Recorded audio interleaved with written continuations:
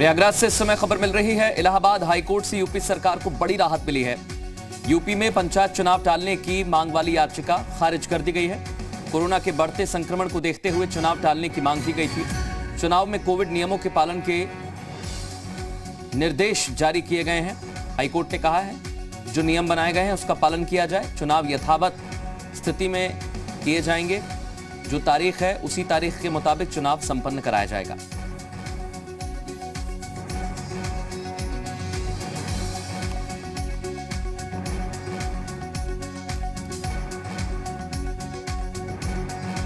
मोहम्मद गुफरान हमारे सहयोगी phone line पर हमारे साथ जुड़ गए।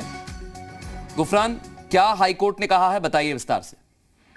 देखिए, ये यूपी जो पंचायत चुनाव इस दरमियान चल रहे हैं, खास करके पहले चरण का जो चुनाव है 15 अप्रैल को होना है। ऐसे में कोविड का जो खतरा है वो लगातार एक तरीके से तेजी से केसेस बढ़ रहे हैं। ऐसे में इलाहाबाद हाईकोर्ट में एक जनहित याचिका दाखिल की थी सौम्या आनंद दुबे और इसके अलावा अमित उपाध्याय। इन दोनों की अर्जी में ये मांग की गई थी कि पंचायत चुनाव टाल दिए जाएं, क्योंकि जो मौजूदा समय में जो स्थिति है कोविड के, वो बेहद खतरनाक स्थिति में है। ये इससे जनहानि का एक तरीके से खतरा है।